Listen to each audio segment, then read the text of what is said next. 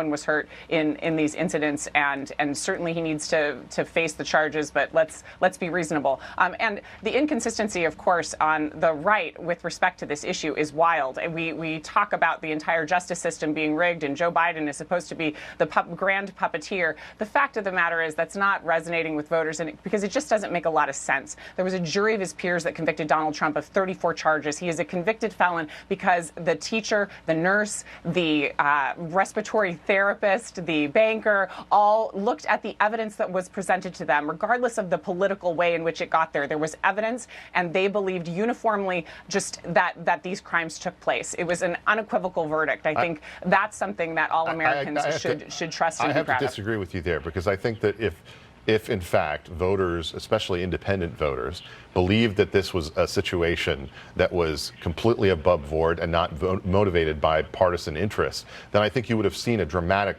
shift in terms of the poll evidence after this conviction. You would have seen the kind of shift that a lot of people predicted based on prior polls about the hypothetical if the former president was convicted. In fact, we haven't seen that shift. In fact, it's been something that's within the margin of error in terms of a blip, really, in terms of any kind of negativity associated with the former president. And that, to me, is an indictment of that idea that people would automatically believe that this was above board and not a partisan attack on the former president. I want to talk for a moment about the laptop, because images from the laptop have been